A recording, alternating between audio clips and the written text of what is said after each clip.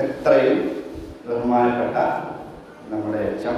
Lekha teacher, ഈ സ്കൂളിലെ അധ്യാപകരെ, സ്റ്റാഫ് അംഗങ്ങളെ, എൻ്റെ പ്രിയപ്പെട്ട കുഞ്ഞുങ്ങൾ, ടീച്ചർ പറഞ്ഞില്ലേ ഇവിടെ ക്ലാസ് എടുക്കാൻ വന്നതാണ്. നിങ്ങളെപ്പോഴും ക്ലാസ്സിലെത്തിയോ? ഞാനെന്താ ക്ലാസ് എടുക്കാനാണ്? നിങ്ങളെല്ലാവരും കാണാൻ വേണ്ടി വന്നത്. ഈ പരിസ്ഥിതി ദിനത്തിൽ നിങ്ങളുടെ പ്ലാൻ എന്താണ് എന്നൊക്കെ ഒന്ന് അറിയാൻ വേണ്ടി വന്നതാണ് കേട്ടോ. ഞാൻ ഒരുപാട് നേരം ക്ലാസ് എടുക്കുന്നില്ല, കുറച്ച് നേരം ഒന്ന് സംസാരിച്ചിട്ട് പറഞ്ഞു. പരിസ്ഥിതി ദിനത്തിന്റെ പ്രാധാന്യം എന്താണെന്ന് ഇപ്പം ടീച്ചർ പറഞ്ഞു. എന്തിനാണ് നമ്മൾ പരിസ്ഥിതി ദിനം ആചരിക്കുന്നത്? നേരത്തെ പറഞ്ഞത് ഓരോ ദിവസങ്ങളും നമ്മൾ ആചരിക്കും.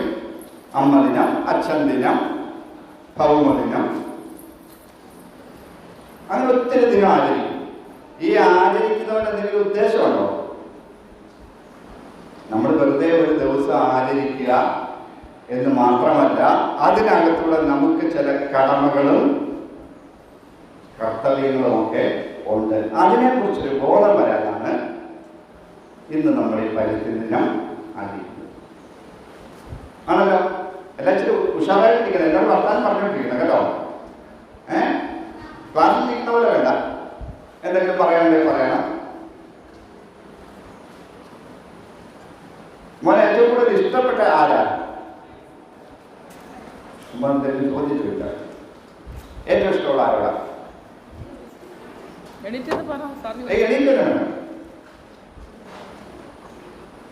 ആരോടും ഇഷ്ടമില്ലയോ? ഉണ്ടോ? എന്നോട് ഇഷ്ടമാണോ? ആ, ഏറ്റവും ഇഷ്ടമാണ്. മോക്ക് ആരോടാ ഇഷ്ടം? ഇത്രയും നാണോ? ആരെന്തെങ്കിലും പറ. ഫസ്റ്റ് ഡേ ഓ ശരി. ആദ്യ ദിവസങ്ങളൊക്കെ ആദ്യ കഴിഞ്ഞ പഠിച്ച പിള്ളേരുണ്ടല്ലോ. അല്ല, യൂണിഫോം ഉള്ളവരാ പഴയത് ആൾക്കാരല്ലേ? അല്ല, പുതിയവര് ആർക്കും യൂണിഫോം തയ്ച്ച് കിട്ടില്ല. ആ ശരി ശരി. അതെ, നിങ്ങൾക്ക് എന്താ പറ? സാറിന്റെ ചോദ്യത്തിന് ഉത്തരം പറ. ഞാൻ പറഞ്ഞില്ലേ, നമ്മൾ തമ്മിൽ ഒന്ന് വർത്താനം പറയാൻ വേണ്ടി വന്നതാ.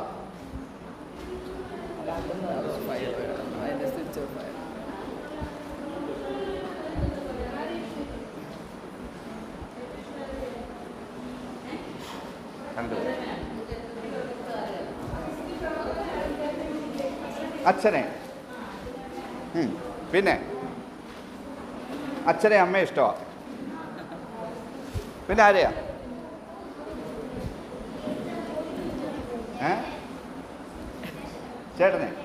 ചേട്ടനെ ഇഷ്ടമാ? കൂട്ടുകാരനെ ഇഷ്ടമാ?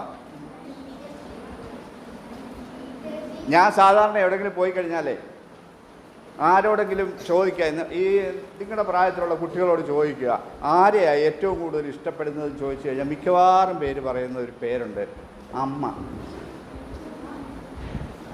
ഏറ്റവും കൂടുതൽ ഇഷ്ടം ആരെയാ?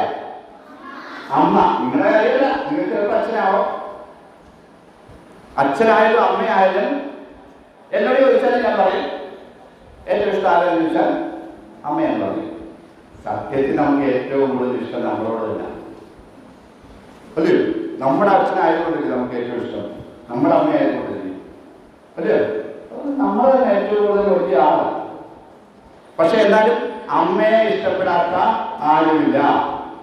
ഉണ്ടോ? അമ്മയെ കൂടെ ഇഷ്ടപ്പെടുന്നത്. അമ്മ നമുക്ക് ചോറ് വെച്ച് തരും. എന്തൊക്കെ സ്കൂളിലേക്ക് ഒരുക്കി വിടും.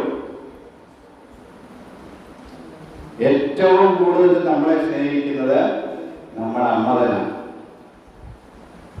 ആണല്ലോ.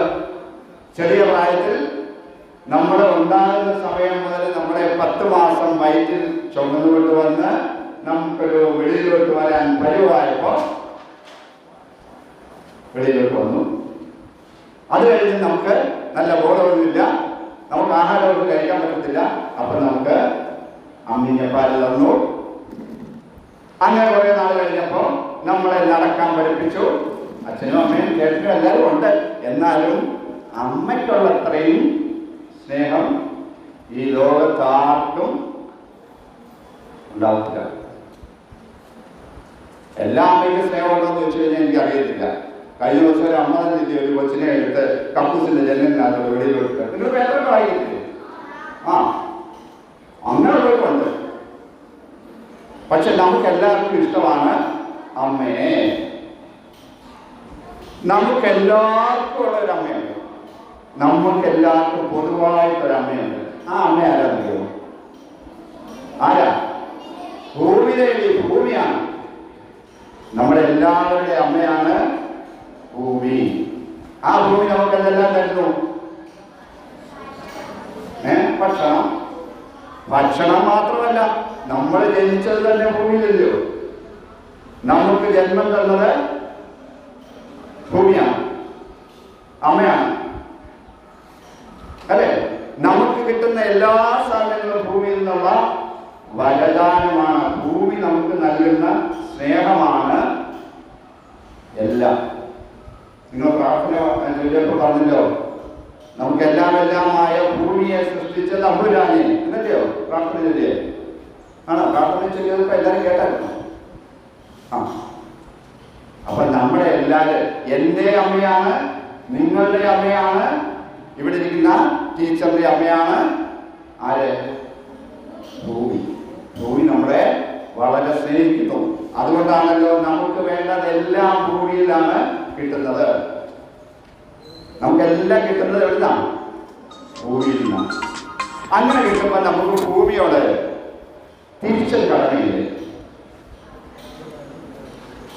നമ്മുടെ സ്വന്തം അമ്മയാണെങ്കിൽ കുറെ കാലം കഴിയുമ്പം നമ്മൾ അമ്മ എന്ത് ചെയ്യും? പ്രായമാകുമ്പോഴത്തേക്ക് നിങ്ങൾക്ക് പ്രായമാവും, നിങ്ങൾക്ക് ജോലിയാവും, അല്ലേ? ജോലി ആയിക്കഴിഞ്ഞാൽ പിന്നെ അമ്മയ്ക്ക് വയ്യാതാവുമ്പോഴോ നമ്മളമ്മയെ കാത്തു സൂക്ഷിക്കണം. നമ്മളെ എങ്ങനെ അമ്മ കരുതിയോ അതുപോലെ നമ്മൾ തിരിച്ച് അമ്മയെ കരുതണം. ഞാൻ പറഞ്ഞു എന്തായാലും പിടികിട്ടുന്നതോ? നമുക്ക് അമ്മയോട് ഇപ്പൊ നമ്മുടെ അമ്മയെ എത്രമാത്രം അമ്മ നമ്മളെ സ്നേഹിക്കുന്നോ അതിന്റെ 10 ഇരട്ടിയായിട്ട് നമ്മുടെ അമ്മയെ തിരിച്ച് സ്നേഹിക്കണം. നമ്മുടെ ഭൂമിദേവി അതുപോലെ. ഭൂമി എന്ന് പറയുന്ന അമ്മയല്ല, നമുക്കെല്ലാം തരുന്നുണ്ട്. പക്ഷെ ഭൂമിദേവിക്ക് ഒരു കുഴപ്പമുണ്ട്. നമ്മൾ ഈ ഭൂമിദേവിയിൽ നിന്ന് ഓരോന്നും എടുക്കുമ്പോഴും അതിനോട് പല ദ്രോഹവും നമ്മൾ ചെയ്യുന്നു. ഇപ്പൊ ടീച്ചർ പറഞ്ഞു ഇവിടെ പരിസ്ഥിതിയുടെ മാറ്റമൊക്കെ. നമ്മളൊരു ദ്രോഹം ചെയ്യുമ്പോഴോ അമ്മ തിരിച്ചെന്ത് ചെയ്യും? നമ്മുടെ അമ്മയാണ് തിരിച്ചു വല്ലതും ചെയ്യുമോ? നമ്മൾ ചെന്ന് എന്ത് ദ്രോഹം ചെയ്താലും അമ്മ ക്ഷമിക്കുന്നതിന്റെ അങ്ങേയറ്റമാണ് അമ്മ. ഭൂമിയോളം ക്ഷമിക്കുന്ന ആളാണ് അമ്മ. ഭൂമിക്കും ക്ഷമിക്കൽ അതിന്റെ അല്ലേ? ഒരുപാട് ഭൂമിയെ നമ്മൾ ഉപദ്രവിച്ചു കഴിഞ്ഞാൽ ഭൂമി എന്ത് ചെയ്യും? ഭൂമിക്ക് വയ്യാതാകുമ്പം നമുക്ക് തിരിച്ച് കിട്ടും.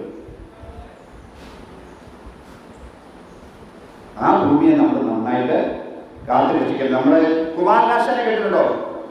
കുമാരനാശാന്റെ ഞാൻ എല്ലാവരും ഉഷാറാവാൻ വേണ്ടി ഒരു കവിത എഴുതാം. കുമാരനാശാന്റെ ഒരു കവിതയ്ക്കകത്ത് ഭൂമിയെ കുറിച്ച് പറയുന്നുണ്ട്.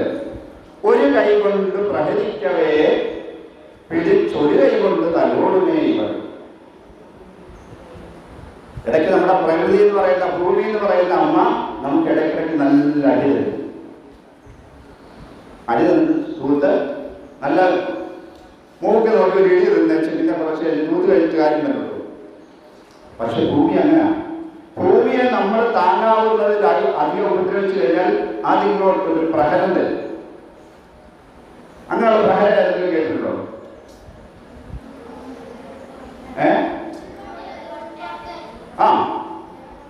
വയനാട്ടില് മനുഷ്യർ ഉറങ്ങിക്കിടക്കുന്ന സമയത്താണ് കാലാവസ്ഥയുടെ വ്യതിയാനം മൂലം ഒരു മലയിൽ അപ്പാടെ അവിടെ മടക്കിടങ്ങി വീഴുന്നത്. പുത്തുമല ദുരന്തം പത്രത്തിൽ വായിച്ചാണ്. പത്രം വായിക്കാനുണ്ടോ എല്ലാവരും? ഇന്ന് പത്രം വായിച്ചോ? എന്താ വായിച്ചു? വാർത്ത എന്തൊക്കെയാണ് പോയി?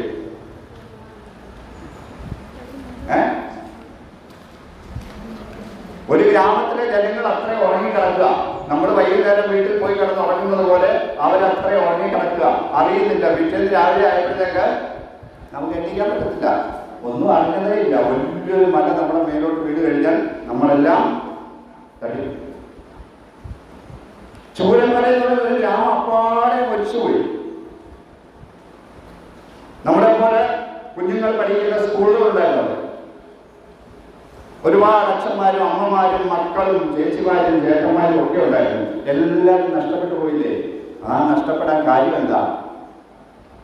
ഭൂമി എന്ന് പറയുന്ന അമ്മയ്ക്കുള്ള ഒരു പ്രതികരണമാണ്. ഭൂമിയെ പരമാവധി നമുക്ക് ദ്രോഹിക്കാം. ഒരുപാട് ദ്രോഹിച്ചു കഴിഞ്ഞാൽ എല്ലാം തരുന്ന അമ്മ തിരിച്ചടിക്കും. അതാണ് ഭൂമിയുടെ പ്രത്യേകത. നമ്മളൊക്കെ വയസ്സായി, നമ്മുടെ അമ്മയ്ക്കും വയസ്സാവും, നമുക്കും വയസ്സാകും. പക്ഷെ ഭൂമിയെ നമ്മൾ സംരക്ഷിച്ചു കഴിഞ്ഞാൽ ഭൂമി എന്നും ഒരുപോലെ നിന്ന് നമുക്ക് വേണ്ടതെല്ലാം തരും. ഞാനൊരു കവിത ചൊല്ലാൻ. ഞങ്ങൾ ഈ ചെറിയ ക്ലാസ്സിൽ പഠിച്ചത്, 8ാം ക്ലാസ്സിൽ പഠിച്ചൊരു കവിത. ONV കുറുപ്പ് കേട്ടിട്ടുണ്ടോ? ആരാ? ഒരു കവി ONV കുറുപ്പിന്റെ എഴുത്തച്ഛൻ പുരസ്കാരം കിട്ടിയ അവാർഡൊക്കെ, വലിയ അവാർഡൊക്കെ കിട്ടിയ കവിയ. പരിസ്ഥിതിക്ക് വേണ്ടി, പ്രകൃതിക്ക് വേണ്ടി, ഭൂമിക്ക് വേണ്ടി ഒരുപാട് കവിതകൾ എഴുതിയിട്ടുള്ള ആളാണ്. ആ ONV കുറുപ്പിന്റെ ഒരു കവിത ഞങ്ങൾ പഠിച്ചിട്ടുണ്ട്. ആ കവിത ഇങ്ങനെയാണ്: കാനക്കാന വയസ്സാകുന്നു മക്കൾക്കെല്ലാം. എല്ലാവരും കൂടെ പറഞ്ഞു നോക്കി. കാനക്കാന വയസ്സാകുന്നു മക്കൾക്കെല്ലാം,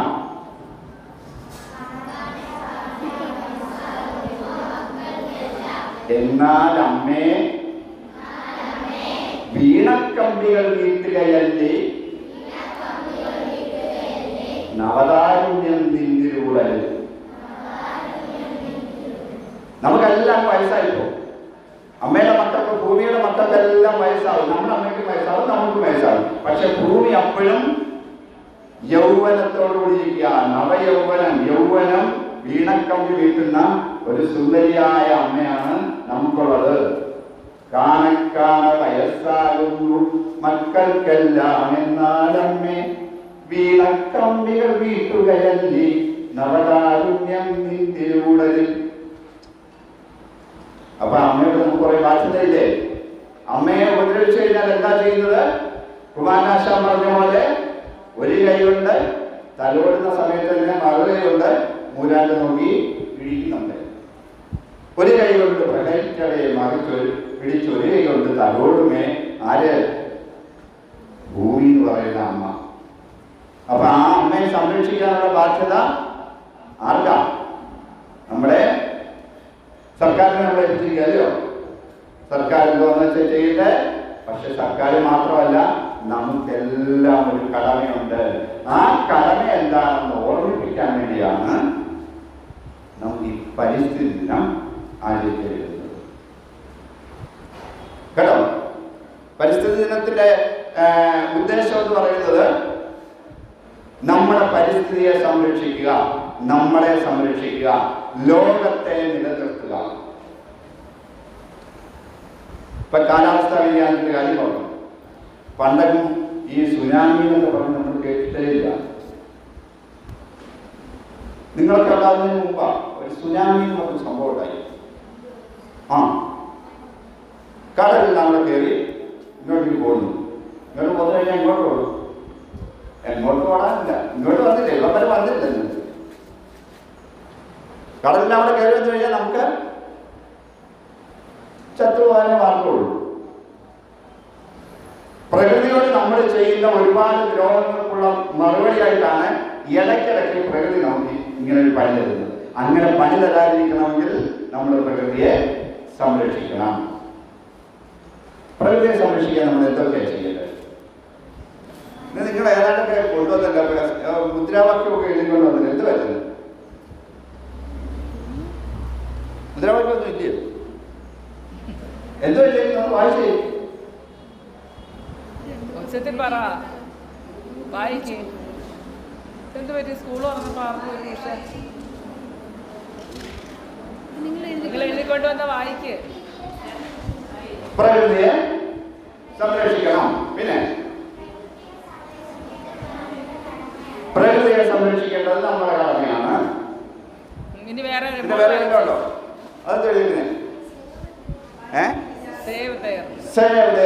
ഭൂമിയെ രക്ഷിക്കുക.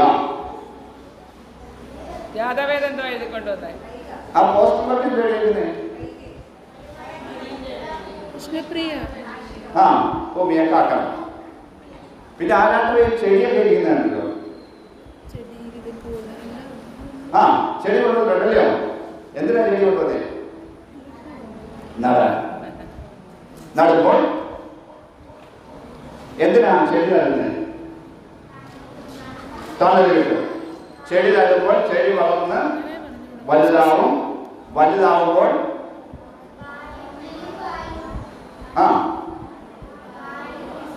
വായു തരും, തണല് തരും, ഫലങ്ങൾ തരും. നമുക്ക് മാത്രമേ തരുന്നുള്ളൂ. പിന്നെ ആർക്ക് കൊടുക്കും? കിളികൾക്ക് കൊടുക്കും, അണ്ണാന് കൊടുക്കും, നമുക്ക് തരും. മരങ്ങൾ ഇത്രയും ഉള്ളത് കൊണ്ടാണ് ഭൂമി ഒരു ഹരിതഗ്രഹമായിട്ട് നീലയായിരിക്കുന്ന വെള്ളമുള്ളത്. ഒരു നമ്മള് ഹരിതഗ്രഹം എന്നാ പറയുന്നത്. പ്രത്യേകിച്ച് നമ്മുടെ നാടെന്ന് പറയുന്നത് നല്ല പച്ചപ്പുള്ള സ്ഥലമാണ്. ഈ പച്ചപ്പാണ് നമുക്ക് വേണ്ട പ്രാണവായു തരുന്നത്. ഓക്സിജൻ തരുന്നതാരാ? ഓക്സിജൻ തരുന്നത് മരങ്ങളാണ്. ഈ മരങ്ങളില്ലെങ്കിൽ എല്ലാം നശിച്ചു പോകും, മരുഭൂമിയായി പോകും. നമ്മുടെ ഭൂമിയിൽ തന്നെ ചിലയിടത്തൊക്കെ വലിയ മരുഭൂമികളുണ്ട്, അല്ലയോ? എവിടൊക്കെയാ? സഹാറ മരുഭൂമിയുണ്ട്, രാജസ്ഥാനിൽ മരുഭൂമിയുണ്ട്, താർ മരുഭൂമിയുണ്ട്. ഗൾഫ് രാജ്യങ്ങളിലൊക്കെ വലിയ മണലാരണ്യങ്ങളുണ്ട്. ഇവിടൊക്കെ ജീവന്റെ അളവ് കുറവാണ്. നമുക്കതിനാണ്. നമുക്കിപ്പോ ഉള്ളത് മരങ്ങളുള്ളതുകൊണ്ട് നമുക്ക് തണലുണ്ട്, നമുക്ക് ഫലങ്ങളുണ്ട്, നമുക്ക് ഓക്സിജൻ ഉണ്ട്, നമ്മുടെ ഭൂമിയുടെ അടിയിൽ വെള്ളമുണ്ട്. മരങ്ങളെല്ലാം പോയി കഴിഞ്ഞാൽ വെള്ളം പോകും. വെള്ളം കുടിക്കാനുണ്ടെങ്കിൽ അവിടെ പോകും. അത്രേ ഉള്ളൂ. അപ്പോ നമ്മൾ മരങ്ങൾ നടുന്നതിന് വേണ്ടിയാ ജീവൻ നിലനിർത്തണം. ഈ ഓയൽക്കുറിപ്പ് തന്നെ ഒരു കവിത എഴുതിയിട്ടുണ്ട്. ഒരു തൈ നടുമ്പോൾ ഒരു മരം നടുന്നു. ഒരു തൈ നടുമ്പോൾ നമുക്കതിന് സന്തോഷമല്ലേ? നിങ്ങൾ ഈ കൊണ്ടുവച്ചേക്കുന്ന കൊച്ചു തൈ ഇവിടെ കൊണ്ടുവന്ന് വെക്കുക. അല്ലെങ്കിൽ നമ്മുടെ വീട്ടിലൊരു തൈ കൊണ്ടുവന്ന് വെക്കുക. നമ്മൾ തന്നെ അതിനെ സംരക്ഷിക്കുക, പരിപാലിക്കുക. അത് വളർന്ന് വലിയൊരു മരമാകുമ്പോൾ നമുക്കൊരു അഭിമാനമല്ലേ? നിങ്ങളൊക്കെ വളർന്ന് വലുതായി വലിയ നിലകൾ എത്തുമ്പോൾ നിങ്ങളുടെ ടീച്ചേഴ്സിനും നിങ്ങളുടെ അച്ഛനമ്മമാർക്കും എല്ലാം ഒരു അനുഗ്രഹമല്ലേ? ഒരു സന്തോഷമല്ലേ? അതുപോലെ മരം വളർത്തുമ്പോൾ നമുക്കും ഒരു സന്തോഷം ഉണ്ടാകണം, അല്ലേ? ഈ മരമായിട്ട് നാളെ വരുന്നത് ഈ തൈയാണ്. നിങ്ങൾ കൊണ്ടുവെക്കുന്ന ഈ തൈ നാളെ ഒരു തൈ നടുമ്പോൾ ഒരു മരം നടുന്നു. ഒരു മരം നടുമ്പോൾ ഒരു തണൽ നടുന്നു. ഇത് എന്ത് ഓർമ്മ കൊടുക്കാം. നിങ്ങൾ പാട്ടിനകത്ത് ഒരുപാട് കാര്യങ്ങൾ പഠിക്കുന്നതൊക്കെയാ. ചെറുപ്പം ഉഷാറായിട്ട് പറഞ്ഞു. ഒരു തൈ നടുമ്പോൾ ഒരു മരം നടുന്നു. ഒരു മരം നടുമ്പോൾ ഒരു തണൽ നടുന്നു.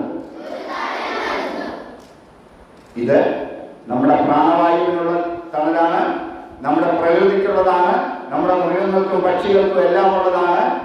ഈ പ്രകൃതിയെ സംരക്ഷിക്കുക എന്നുള്ള കടമയാണ് ഇന്നത്തെ ദിവസം നമ്മൾ എഴുതുന്നത്. കേട്ടോ? അതിനുവേണ്ടിയല്ലേ നമ്മൾ ഈ പരിസ്ഥിതി ദിനം ആഘോഷിക്കുന്നത്. നമുക്കപ്പം ഈ ഭൂമിയെ ഇങ്ങനെ സംരക്ഷിക്കാൻ നമ്മൾ ദിവസവും നോക്കും എങ്ങനെയാണ് നമ്മൾ ജീവിക്കുന്നത്. ഭൂമി നമുക്ക് എല്ലാം തരുമെന്ന് പറയും. ഈ തരുന്നതിനെ നമ്മൾ ചൂഷണം ചെയ്യുക. വെള്ളം നമുക്ക് എടുക്കണം, വായു എടുക്കണം, മരങ്ങൾ വീട് വെക്കാൻ മരം വേണം, മണ്ണ് വേണം. ഇതിനെല്ലാം നമ്മൾ പ്രകൃതിയെ ഇങ്ങനെ ചൂഷണം ചെയ്യരുത്. പ്രകൃതിയെ ഉപയോഗിക്കുകയാകാവും, ചൂഷണം ചെയ്യരുത്. നമ്മുടെ ആവശ്യത്തിനുള്ളത് മാത്രം മതി. പോരെ? മതിയല്ലോ.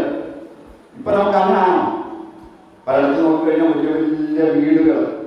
ഇപ്പം നിങ്ങൾ പേപ്പറൊക്കെ വായിക്കുന്നവരാന്ന് പറഞ്ഞാൽ ഞാൻ പറയുക, പത്രങ്ങളൊക്കെ കാണുന്നുണ്ട്, ചില സ്ഥലത്തൊക്കെ വീടുകളുടെ മരുഭൂമിയാണ്.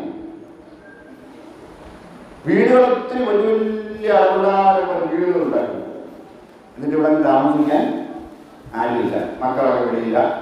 അച്ഛനും അമ്മയും നമ്മൾ സംരക്ഷിക്കുന്ന അച്ഛനെയും അമ്മയും ഒക്കെ അനാഥാലയത്തിൽ കൊണ്ടുവിടും. അല്ലയോ? അങ്ങനെയാണോ? അല്ല.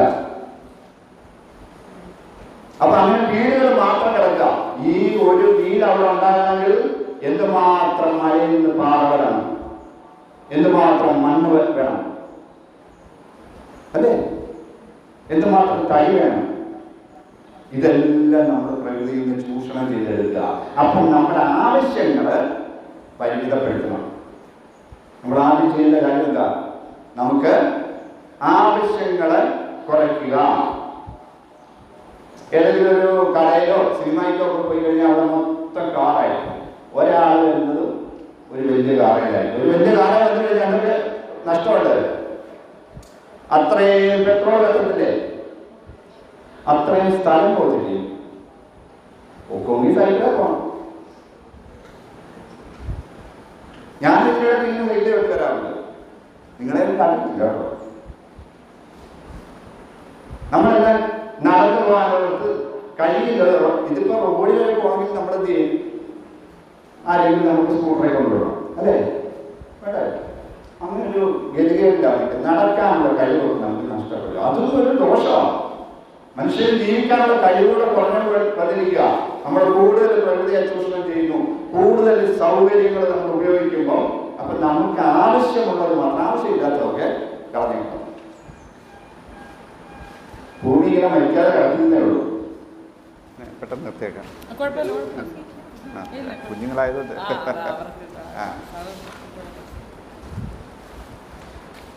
അപ്പോഴേ ഇതെല്ലാം പോയി കഴിഞ്ഞാൽ ഇവിടെ നമ്മളെല്ലാം നശിച്ചു പോകും. നമ്മുടെ അടുത്ത തലമുറകൾ, നമുക്ക് മാത്രം ജീവിച്ചാൽ പോരല്ലോ. നമ്മുടെ അച്ഛനും അമ്മയും ജീവിച്ച പോലെ നമുക്ക് ജീവിക്കണം, നമ്മുടെ മക്കൾക്ക് ജീവിക്കണം, അതിൻ്റെ മക്കൾക്ക് വരണം. അന്നേരം നമ്മൾ കാണുന്നില്ല. ഒരു കവിത നിങ്ങൾ കേട്ടിട്ടുണ്ടോ?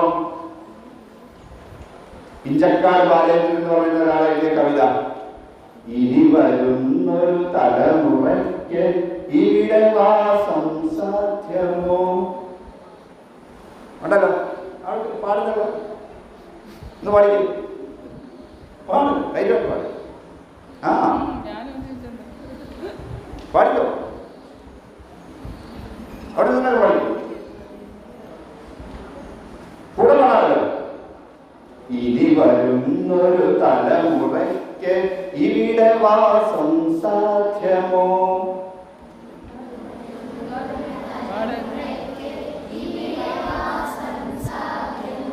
എപ്പോഴാ ഇങ്ങനെ നമ്മൾ പ്രകൃതിയെ നശിപ്പിച്ചുകൊണ്ടിരുന്നാൽ?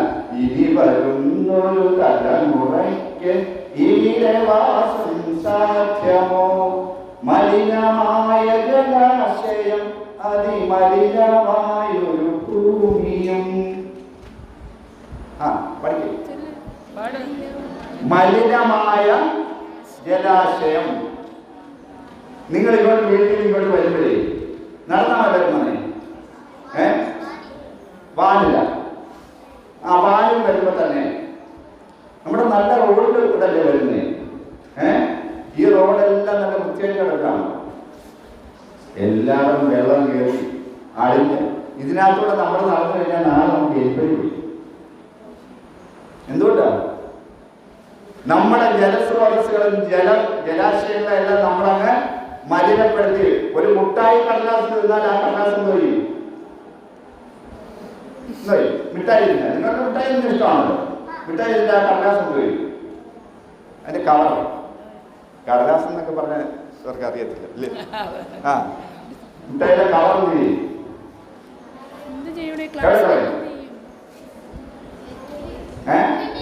വേസ്റ്റ് വേസ്റ്റ്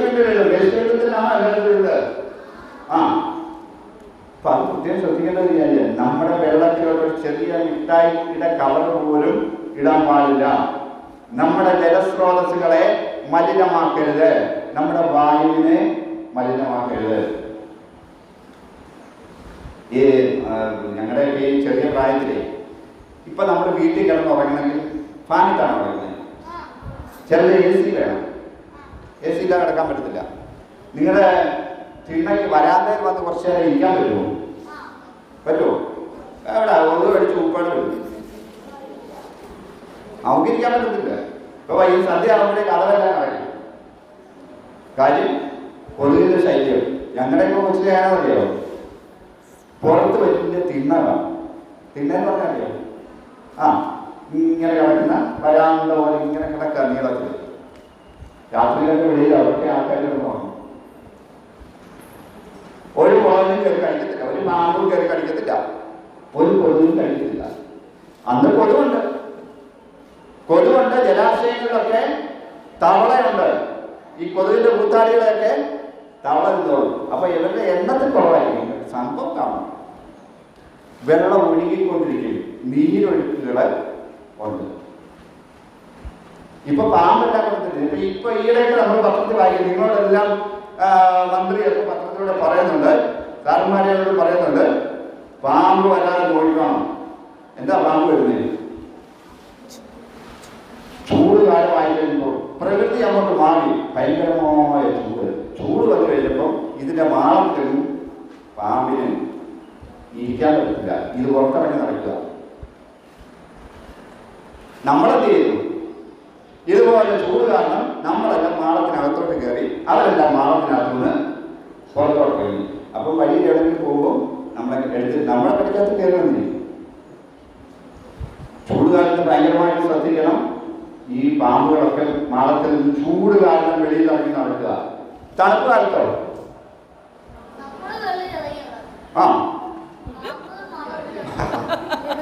എന്നാ തണുപ്പ് കാലത്ത് ഇപ്പോഴും ഉണ്ട് കേട്ടോ. പക്ഷെ ഇപ്പോഴും പാമ്പുണ്ട് കേട്ടോ. നമ്മൾ ശ്രദ്ധിക്കണം. മഴക്കാലമാകുമ്പോൾ എവിടെ മാളങ്ങളിനകത്തോട്ടൊക്കെ വെള്ളം കയറുമ്പോൾ ഇപ്പോഴും പാമ്പൊക്കെ വെളിയിൽ ഇറങ്ങി നടക്കുന്നുണ്ട്. നിങ്ങൾ പ്രത്യേകം ശ്രദ്ധിക്കുന്നത് രാവിലെ ചെരുപ്പൊക്കെ എടുത്ത് വെളിയിൽ വരുമ്പോഴേ ശ്രദ്ധിക്കണം. ചെരുപ്പിനകത്ത് ഇപ്പൊ പാമ്പിന് വേണ്ട ചൂടാണ്. അതിനകത്ത് മഴവെള്ളം കയറി കഴിയുമ്പോൾ അത് വെളിയിൽ ഇറങ്ങണം. അതിനിപ്പോൾ ചൂടൊക്കെ വേണം. അതുകൊണ്ട് ഇപ്പോഴും അത് ഇറങ്ങി നടക്കണം. എപ്പോഴും പാമ്പ് വെളിയില്ല. അതുകൊണ്ട് നമ്മൾ വളരെ ശ്രദ്ധിക്കണം. ഈ ചൂട് കാലത്ത് വേറെ പ്രത്യേകത, ഈ വണ്ടിക്കകത്ത് കയറി. ഇപ്പം വണ്ടിക്കകത്ത് അധികം കയറില്ല. കാരണം ഈ വണ്ടിക്കകത്ത് കയറുന്ന വണ്ടി അല്ല ലോഹം കൊണ്ടുണ്ടാക്കി. ലോഹത്തിന് നല്ല തണുപ്പല്ലേ, അതിനകത്ത് കയറിയിരിക്കാൻ നല്ല സുഖമാണ്. മഴക്കാലത്ത് വണ്ടിക്കകത്ത് കയറുന്ന പരിപാടി. മഴക്കാലത്ത് ശ്രദ്ധിക്കേണ്ടത് ഷൂസിനകത്തോ ചെരുപ്പിനകത്തോ അല്ലെങ്കിൽ പേരുടെ വിളവിനകത്തോ ഒക്കെ കയറിയിരിക്കും. അപ്പൊ ഇങ്ങനെ അന്ന് നമുക്ക് വെളിയിൽ ഇറങ്ങി കിടക്കാൻ പറ്റിയ എന്തുകൊണ്ടാണ്? അന്ന് പരിസ്ഥിതിയെല്ലാം ഒരു സന്തുലിതാവസ്ഥയിലാണ്. ഒത്തിരി തവള പൊതുവാകുമ്പോൾ ഈ കൂട്ടാളികളെയൊക്കെ തവള നിന്നു. അപ്പൊ ഒരു സാധനം തവള ഇല്ലാതായി കഴിഞ്ഞപ്പോൾ കൊതുക് വർദ്ധിച്ചു. നിങ്ങളെല്ലാം പഠിച്ചതാണ് തോന്നുന്നു. ഡോളോ പക്ഷിയുടെ കഥ പഠിച്ചാണ്, പ്രൈമറി സ്കൂളിൽ പഠിച്ചാണ് അതല്ലേ? നമ്മുടെ ഒരു കഥ പറയാം. മൗറീഷ്യസ് എന്ന് പറയുന്ന ഒരു ദ്വീപ് അറിയാമോ? ഒരു ദ്വീപുണ്ട്. ആ ദ്വീപിൽ പണ്ടുണ്ടായിരുന്ന ഒരു താറാവിന്റെ ടൈപ്പിൽ ഒരു പക്ഷിയുണ്ട്. ആ പക്ഷിയുടെ പേരാണ് ഡോഡോ പക്ഷി. ഡോഡോ പക്ഷി നല്ല ഇറച്ചിയാണ്. കേട്ടിട്ടുണ്ടല്ലേ? അവിടേക്ക് ചെന്ന യാത്രക്കാരൻ ചെയ്തോ, കപ്പലയിലൊക്കെ ആൾക്കാർ അവിടെ പോയപ്പം ഈ ദ്വീപിലെല്ലാം നല്ല പക്ഷികളുടെ നല്ല ഇറച്ചിയുള്ള പക്ഷികളാണ് നിൽക്കുന്നത്. ഇവരിന്നെല്ലാം കൂടെ അങ്ങ് തിന്നു. ദുഷ്ടന്മാര് ഒരെണ്ണത്തിനെ പോലും ബാക്കി വെച്ചില്ല.